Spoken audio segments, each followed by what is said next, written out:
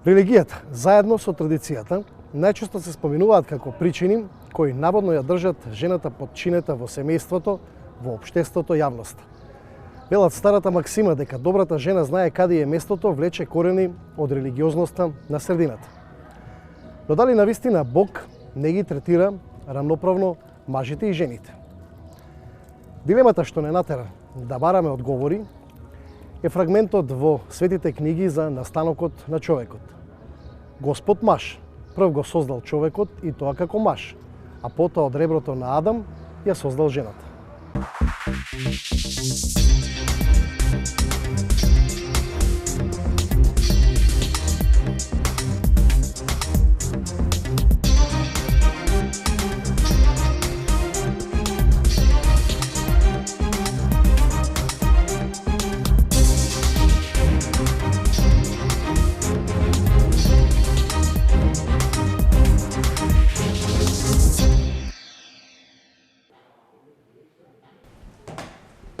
Нуртен Шехи Сахипи е теолог по исламски науки. Работи на едукација на средношколки. Во медресата во Скопје ги подготвува идните исламски теолози.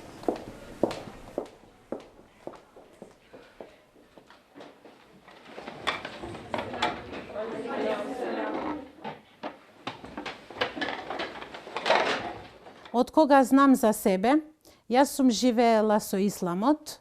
Верата ми помогнала да не станам лош човек, затоа што секој човек се раѓа добар. Ирена Малиновска со своите 4 деца и сопругот секоја недела одат в црква. Како жена живее по правилата на православната црква, што ја вбројува во редот на верници, практикувачи на својата религија.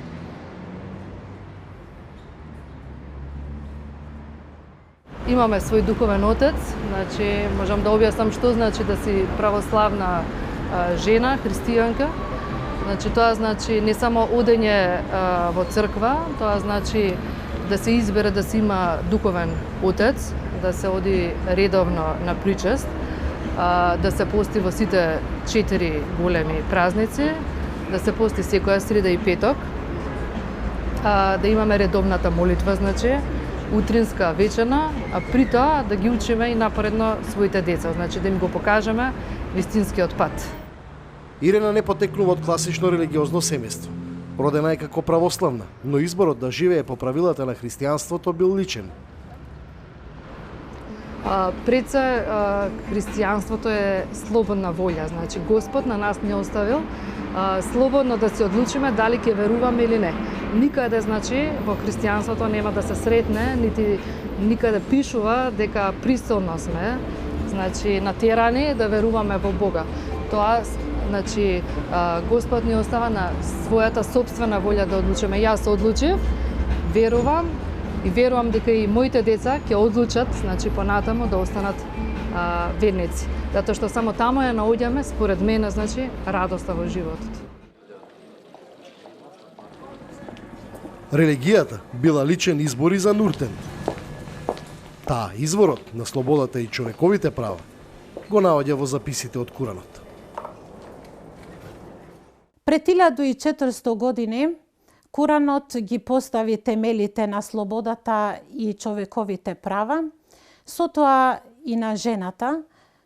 Жената има една посебна позиција во исламот, правата на жените и дал Аллах Джелешануху, кој знае кои права се корисни за женската природа.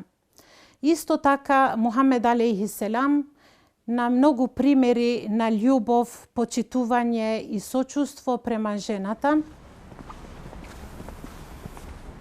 Заедничко за Нуртен и за Ирена е што тие во ништо не сметаат дека се обесправени или пак подчинити, ниту пак помалку значајни во ова општество, затоа што избрале да бидат практични верници, да и дадат на својата религија значајно место во нивните животи.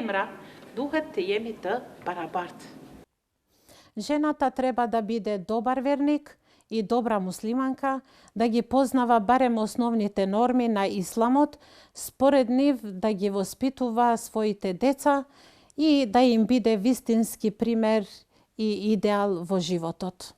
Нашите 4 деца се крстени уште од мали. Одиме редовно во црква, значи ги носиме нив од крштевањето па до сега ги носиме сите, со тоа што редовно ги носиме на причест. Исламот ја еманципира жената, која во прошлоста кај многу племиња и народи се подложи на неправда и негирање на нејзините права за слободен, јавен и социјален живот. Жената верник е нормално прифатена во нашето општество, ги има сите права на изразување и никој не ја спречува да си ја кажува својата верска определба. Денешната жена верник може да биде и политичар, може да биде и директор, може да биде дури и председател, но никогаш не смее да заборави дека пред се е мајка и сегде треба да действува со карактеристиките на мајката, значи да смирува, да скротува, да радува. Не да крева бунтови, значи туку бунтовите да ги смирува и не да пркосува, туку да внесува секаде мир. Ирена е дел од државната администрација. Нуртен пак веќе 30 години професионално е насочена во едукацијата на младите. Со религијата се среќаваат и на работните места, но не се чувствуваат дискриминирани. Работа со луѓе кои што си од друга, значи верска припадност. Имаме доста разговори. Је си ја кажуваат своето размислување, својата вера, јас ја кажам својата. Меѓутоа си се прифаќаме едни со други. Значи никогаш не сме дошле до сега во конфликт. На нив им е интересно да слушнат за мојата вера, мене ми е интересно нешто да слушнам нели за нивната вера. Прифатена сум од општеството, прифатена сум од работата и на сето тоа гледаат како моја нормална определба. Исламот не ја дискриминира жената, туку напротив ја возвишува на највисокиот пиедестал. Со самото тоа што на многу места се спомнува жената и дури цело едно поглавје од 176 ајети ја именувал суретун Ниса, без сомнение слободата е една од највисоките вредности.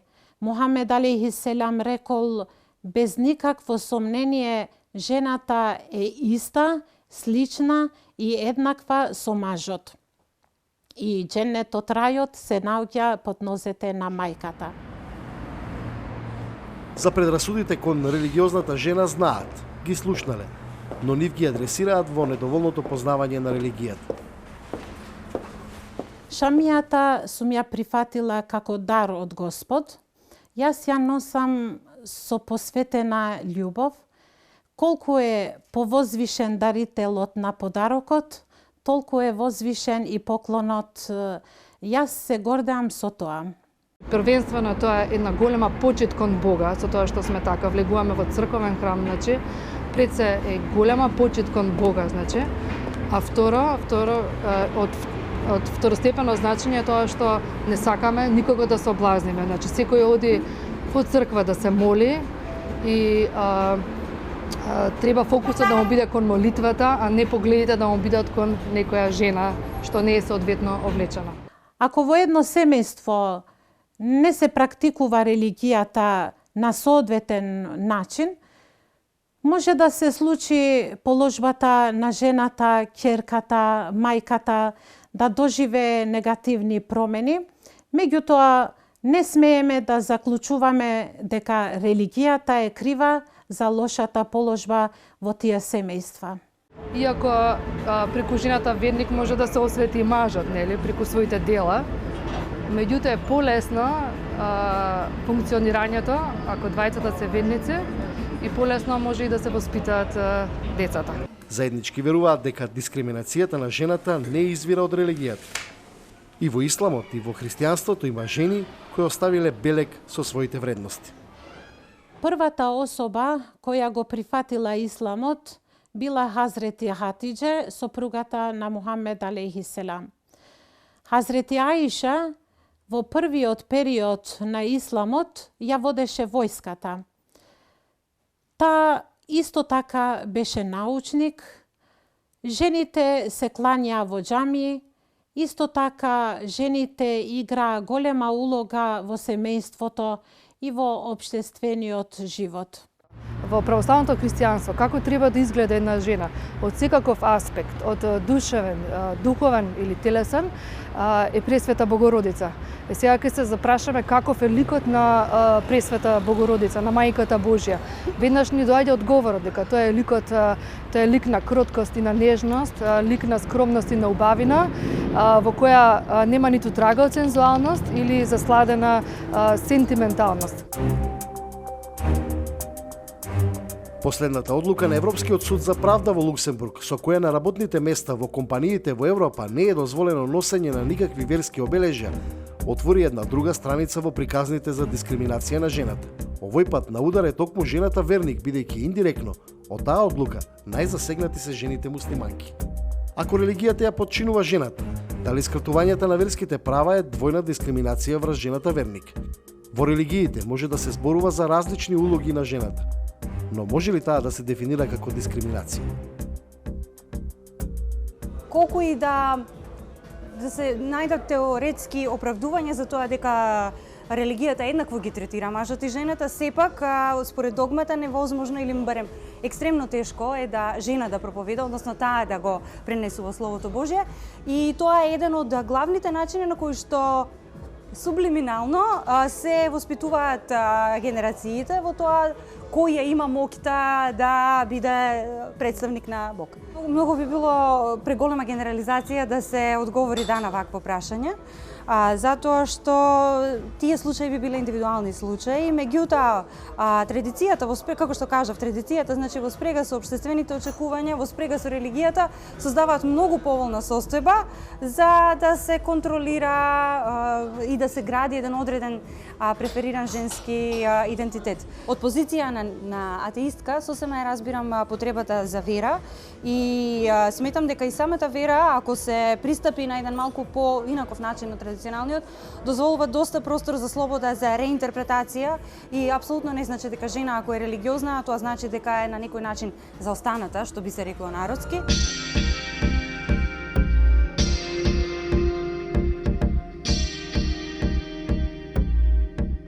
Покривањето на главата кај жената е најчестиот стереотип кој се толкува како религиозен символ на покорност на жената кон мажот и секако кон религијата. Дали е тоа навистина знак на владение на мажот над жената? Или пак е во прашање некаков принцип на возвишеност и на честност на самата жена? Или пак можеби нешто сосема трето? За ова, но и за сите аспекти на тоа како религијата ја третира жената, дали таа е дискриминирана, односно ограничена во своите права. Разговараме со две жени кои, иако професионално се изградиле во сосема други сфери, сепак религијата им е дел од нивниот секојдневен живот. Мерсика Смиловиќ, правник, но голем поборник за правата на религиозната жена. Со неа заедно одиме на гости кај сестра Синклетикија, инаку магистер по човечки ресурси, но жена која е избрала овој манастир да ја биде дом.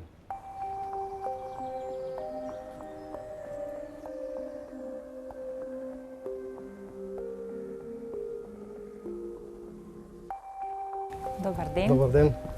И добре дојдовте. Како сте? Добри. Мој Јас сум сестра Синклетикија. Мерсика, добре ве Сте били некојаш во манастир? Не, прв доаѓам во женски манастир. Како е редот? Редот е, па најпрвен да влеземе во црквата, има многу интересна легенда за манастирот. Мерсика. Ајде. Повелете.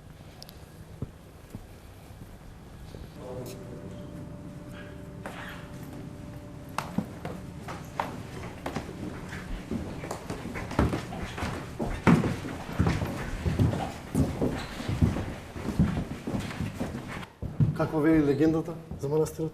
Неколку постари луѓе од Берово отишле кај Валијата, кој имал седиште во Радовиш и побарале дозвола за изградба на црква.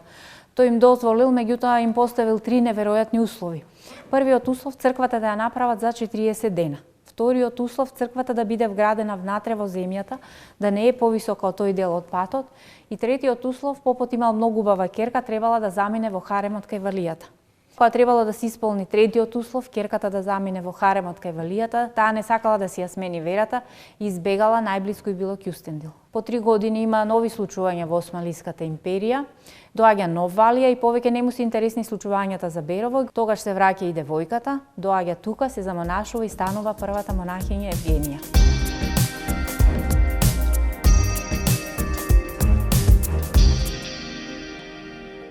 Јас сакам денеска со вас двете да поразговарам малку околу тоа дали религијата, исламот, христијанството ја дискриминира жената.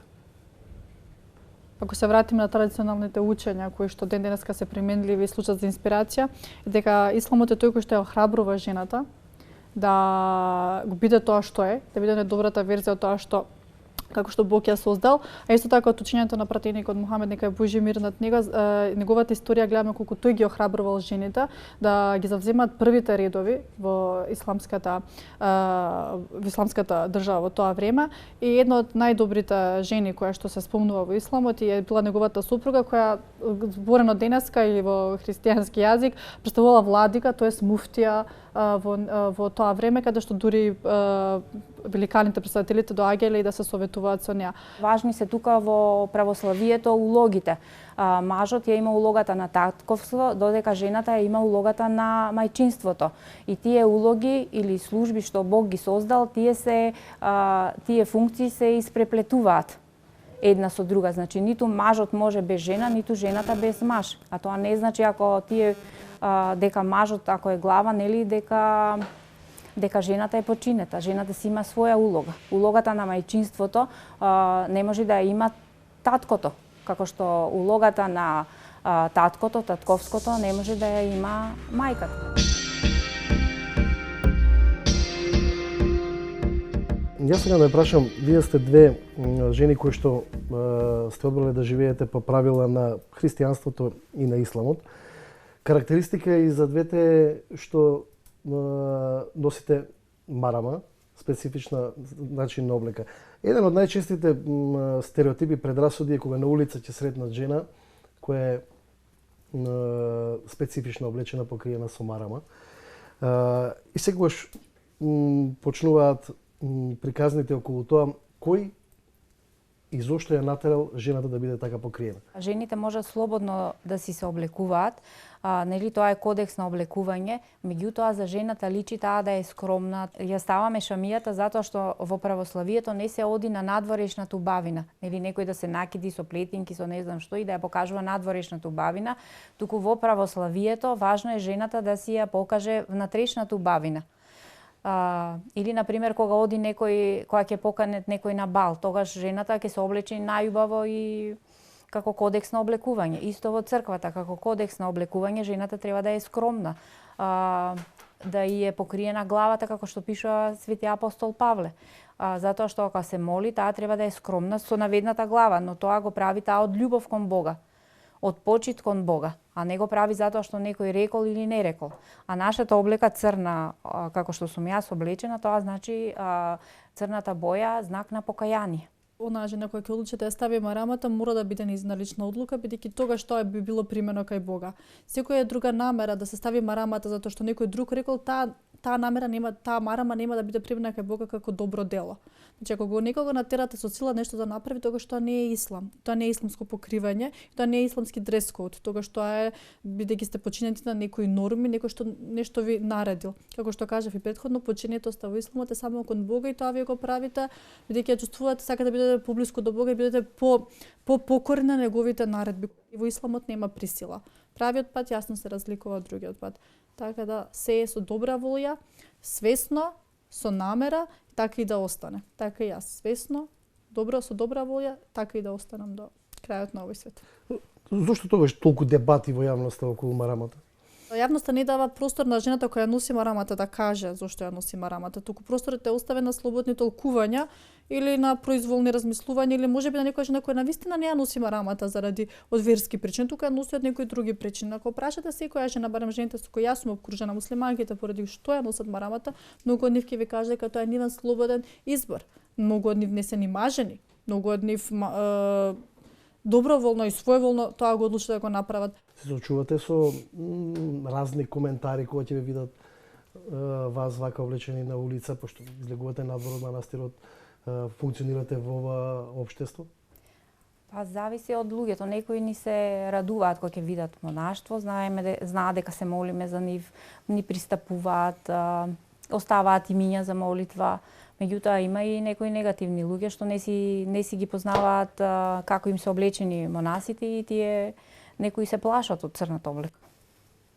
Да, се соочувате и со негативни коментари, но битно е како вие се носите со нив. Јас напротив сите негативни коментари ги чувствувам како прилика да се објаснам дека ова не е ништо страшно, дека ние не сме изолирани, дека не сме ние луѓе кои што не комуницираат, напротив, прилика да се запознаваме и да комуницираме. Тие жени кои што се религиозни, тие значи ги почитуваат Христовите заповеди. Ако ги почитуваме Христовите заповеди, тогаш таа жена во семејството ќе биде многу успешна, како во семејството, така и во работата, зашто Христовите заповеди на што не учат, на љубовта кон ближниот, да не правиме зло. И сето тоа како подкрепа, нели? Ја ограничува ли религијата во нешто жената? Па не ги ограничува. Значи, како што вика свети апостол Павле, се ни е дозволено, но не е се полезно. Значи, ние ограничувањата се во нашите срца, во нашите страсти. Ние сами си ги поставуваме тие ограничувања. Првиот универзитет како институција бил основан од жена во Тунис. Значи првиот универзитет, иако денеска муслиманите најчесто се обвинуваат дека жената не е едуцирана, не е образувана, бидејќи исламот тоа го налага всушност, ако се вратиме на изворот, бидејќи Куранот и Сунетот, значи зборовите на претедникот и тоа што го кажал, го правел, претедникот Мухамед нека е Божи мир на него, се изворот од каде што ние го црпиме. Исламот ни кажува дека праксата и куранското учење ни кажува дека тоа не е по реалност тоа што е. Во светот сепак има неколку држави на истокот кои што на одреден степен го ограничуваат правото на жената. Јас не сакам да се лишам од тоа што знам дека се случува во голем дел од светот, каде што жените се по број најнеобразувани, процентот е многу голем, посебно на истокот, но сакам да кажам дека се тие жени кои би биле охрабрени, кои би ги знаеле своите права кои што ги добиваат од исламот, би знаеле дека тоа нема врска со исламот, туку тоа е дел од традицијата за жал или од законите или од некои прилики кои што постојат во тој предел, но едноставно за тоа не е виновен исламот како религија. Исламот не е против образованието на жената. Исламот не е тој кој што вели на жената биди неука, неписмена, напротив. Исламот најмногу ги сака луѓето кои што се учени. Која е улогата на игуманиите во христијанството? Во една света обител е таа целосно да направи организација на целиот манастир. Како прво треба да организира редовно да има манастирот богослужење.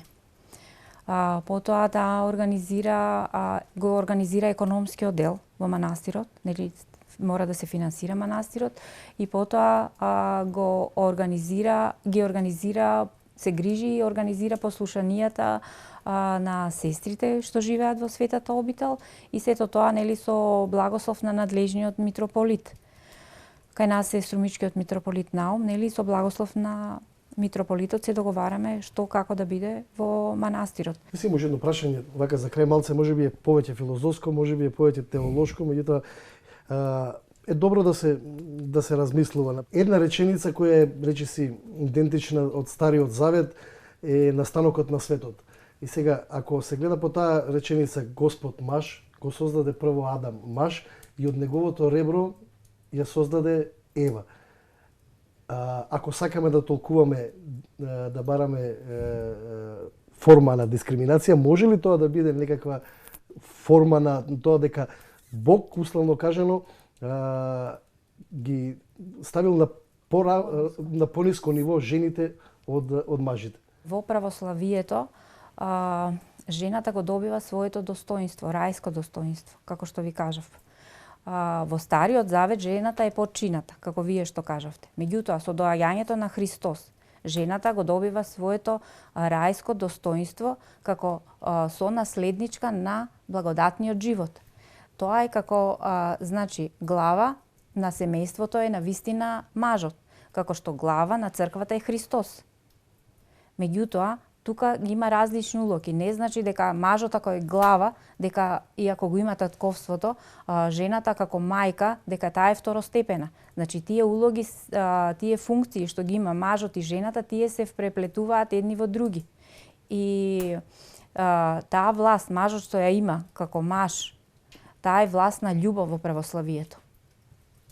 А власта на љубов, значи тој нема ништо да направи лошо. Значи, што ми си ја сака жената, така како сопруг, тој ќе се грижи за нејзе. Според исламското верување, Бог нема пол кај нас, значи Бог е над нашите доживувања и размислувања дека не припаѓа некој, дури ако кажете на арапски Аллах, нема именка, дали женска или машка именка, тоа е Аллах и не му се дава никаква именка, можеби на македонски кога ќе го преведеме има. Тој прво го создава мажот од кал, Адам, а од неговото ребро податоа му ја создава жената Хава, но во исто време тој истиот создател и на мажот и на жената, а во однос дали сме тоа не прави подчинети, напротив во Куранот имаме поглавје кое се вика жена, а немаме поглавје кое се вика маж. Кога бил прашан пратеникот Мухамед дека Божи мир на него, кој заслужува најмногу внимание? Пратеникот рекол твојата мајка. А кој потоа? Твојата мајка. Човекот вознемирен, а потоа твојата мајка. И после сега таткото. Така да мајката 3 пати заслужува повеќе внимание за разлика од таткото. Како да се разбие предрасудата дека жената верник е второстепена жена во едно општество? Луѓето првен треба да дојдат да не запознаат, нели? Да имаат контакт со нас. И кога веќе имаат контакт, кога ќе не запознаат, после се е подруго.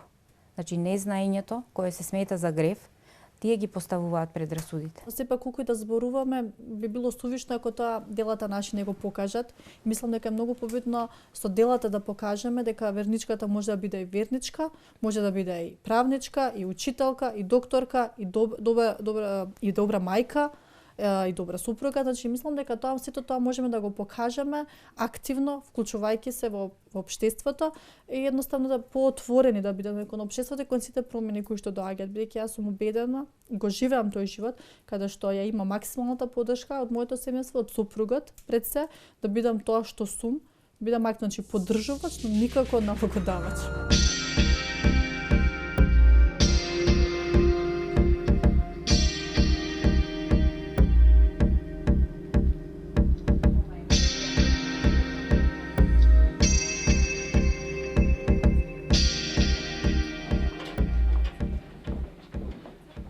Ќе ви покажам како се крши камен.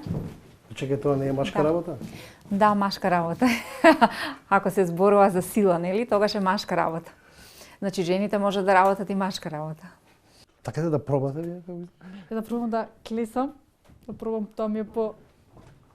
За мозаици мислам дека ќе треба повеќе трпение, ќе се... Само внимавајте на прстите. Да. Кратам дрва дома, така да. Така, поголем парче. Опа.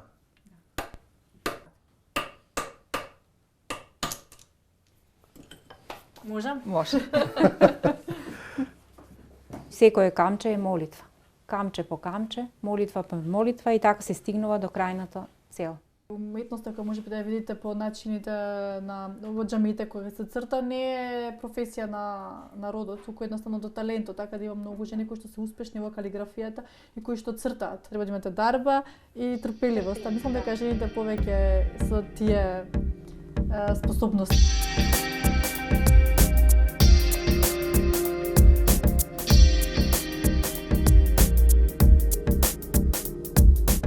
Ако традиционалните религиски учења во Македонија, и исламот и православието, па и католицизмот го дефинирале нивото и улогата на жената во административните структури на религијата, сепак во Македонија има и религиозни учења од доменот на христијанскиот протестантизам кои не прават никакви ограничувања. Во почетокот сето тоа правеше сомнеш и нели додека да дознаеш што како, можеби така наблюдува, гледа со страв, можеби не, нели, со несигурност, но подоцна на некој начин можам да кажам дека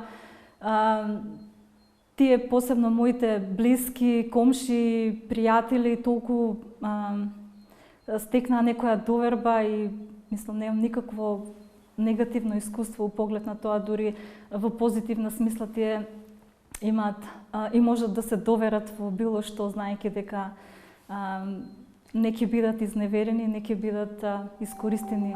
И некои жени што беа излекувани од демони и болести, Марија наречена Магдалена, од која беа Анита Димитриевска е една од ретките жени пастори или популарно наречени свештеници. Јас не сум дискриминирана затоа што сум жена во евангелска, значи, ајде, така кажано народно со моите колеги мажи рамо до рамо. Заедно исто чекориме и со исти предизвици сме, со исти обврски кои што, значи, можам сите обреди кои што самата црква ги има да бидат извршени од страна на мене. Живее во мала средина.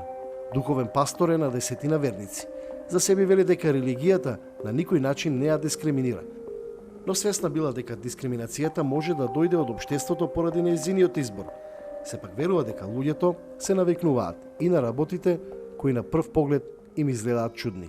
Во почетокот, значи тој е еден маж кој што доаѓа тука во црква, во неврзан разговор, значи не беше така си го сподели своето мислење како првиот впечаток, леле, јас треба да идам и да слушам жена, која што таа треба да ми збори, па зарем немаше маж како тоа жена мене ќе ми збори за Бог, но кога беше присутен, бил присутен тука на богослужбава, кога тој слушнал сето тоа, сватил дека Божиот збор искажан од устата не е битно дали е од жена или од маж, затоа што е силата на Божиот збор битна и затоа што Бог не прави дискриминација помеѓу маж и жена. Без разлика на религиската определба, Анита смета дека религиозната жена има значајна улога во едно општество. Познавам и има доста од жениве кои што се во медицината, во музичката академија, дури и онака по секоја друга професија која што може да постои во општество. Ние се трудиме и сакаме да во секој поглед навистина придонесеме плодоносно за самото општество.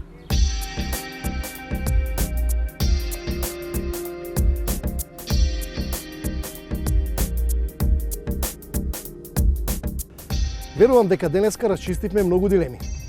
Првата, да се биде жена верник, не значи и да се биде конзервативна и подчинета. Тоа е личен избор, како се во животот. На иста страна сме тогаш, кога ќе ги отфрлиме сите предрасуди кон жената, па и тие дека нејзината религиозност ја прави слаба, обесправена, подчинета. И запомнете, не судете според изгледот, ценете ги вистинските вредности. Нашата потрага по истата страна продолжува. Останете во добро, до следната сабота.